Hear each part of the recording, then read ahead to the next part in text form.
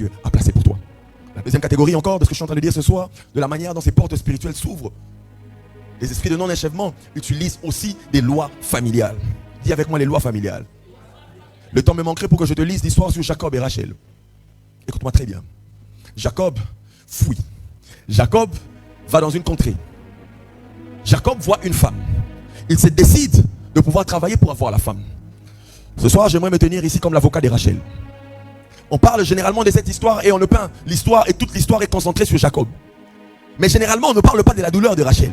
Et ce soir, j'aimerais me tenir ici comme l'avocat de Rachel. Rachel n'a rien demandé. Elle n'a juste été une femme. Son seul péché, c'est qu'elle était belle. L'homme vient et veut commencer une relation avec elle. L'homme va demander sa main à son père. Son père lui dit, le père de Rachel impose à cet homme de travailler pendant 7 ans. Rachel attend. Est-ce que vous pensez que pendant ce temps, Rachel n'était pas informée qu'elle était sur le point de commencer un couple? Elle était informée, n'est-ce pas? Rachel savait qu'après 7 ans, cet homme que j'étais en train de voir, cet homme qui me courtisait, cet homme qui m'envoyait des WhatsApp matin, midi, soir, deviendra mon mari. Est-ce que je parle à quelqu'un? Mais ce que Rachel ne sait pas, c'est qu'il y a une loi familiale qui l'empêche d'entrer en possession de sa promesse. Dis avec moi la loi de non-achèvement. La loi de... Non, je parle en français et en anglais. La loi de non-accomplissement.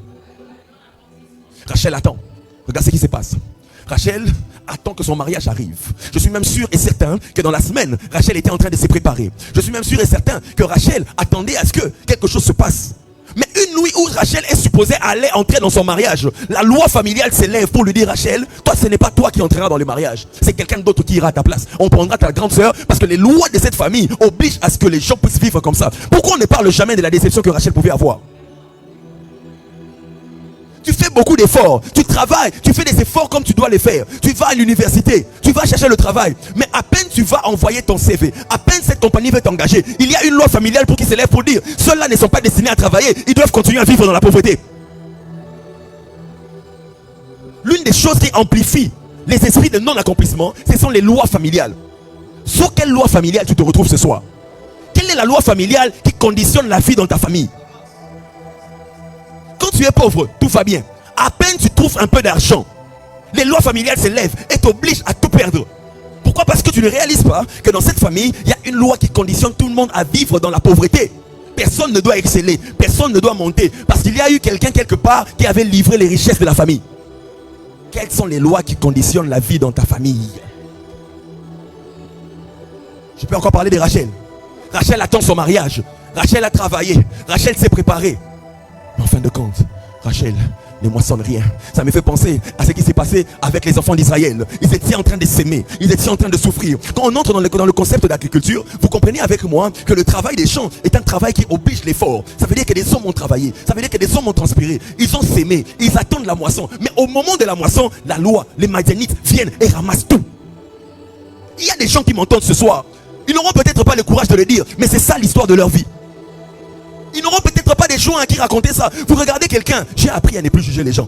Tu regardes quelqu'un, tu dis: mais toi tu grandis, tu ne peux même pas trouver un travail. Tu ne sais pas qu'est-ce qu'il vit en réalité. Tu ne sais pas quels sont les efforts qu'il a fait. Ne sois pas pressé de juger quelqu'un. Tu ne sais pas quels sont les efforts que cette personne a fait. Il a poussé. Mais au moment de la moisson, les Madianites sont venus et ils ont tout pris. Tu regardes cette fille, tu commences à te moquer d'elle. Mais tu as pris de l'âge.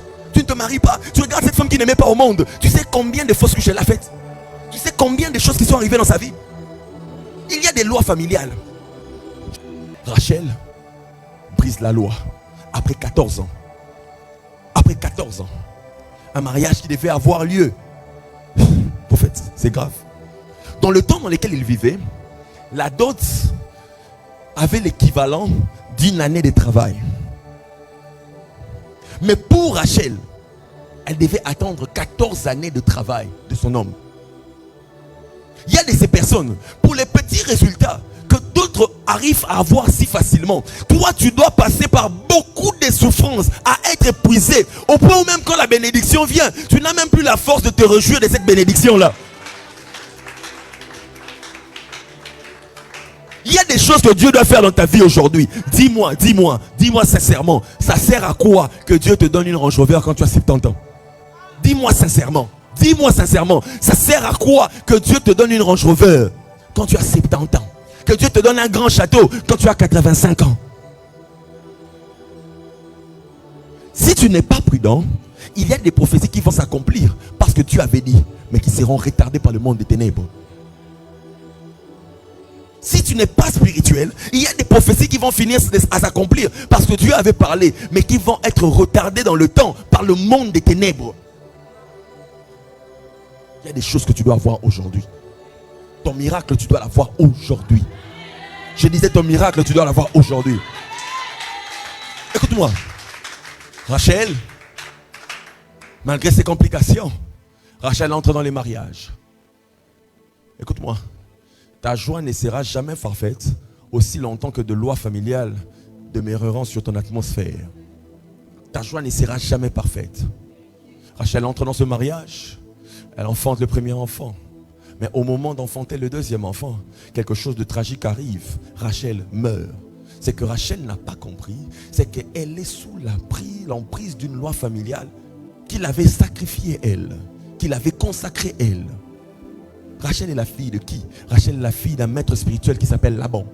Laban, c'est qui? C'est quelqu'un qui bâtit sa forteresse sur les énergies des autres. La raison pour laquelle Laban prend Jacob, c'est parce que Laban a pu détecter que Jacob était un descendant d'Abraham et qu'il savait que dans la destinée d'Abraham, il y a une prophétie qui est sur ces personnes-là. Ils ont une alliance avec Dieu. Tout ce que eux touchent finit par prospérer. Alors il s'est dit, comme moi je n'ai pas la grâce de faire prospérer les choses, je vais me greffer à Jacob pour que mes biens prospèrent.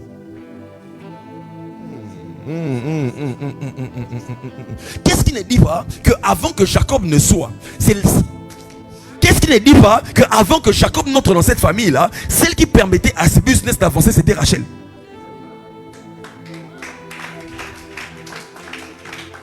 Il y a des personnes qui m'entendent ce soir.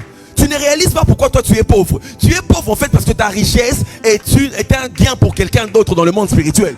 Quelqu'un d'autre travaille avec ce qui est supposé être à toi dans le monde spirituel. Ce soir, je viens comme prophète de Dieu. Ce soir, je viens comme prophète de Dieu. Je déclare dans le nom de Jésus-Christ, quiconque utilisait ton étoile dans le monde des ténèbres, quiconque était en train d'utiliser ta richesse dans le monde des ténèbres, il libère cela ce soir.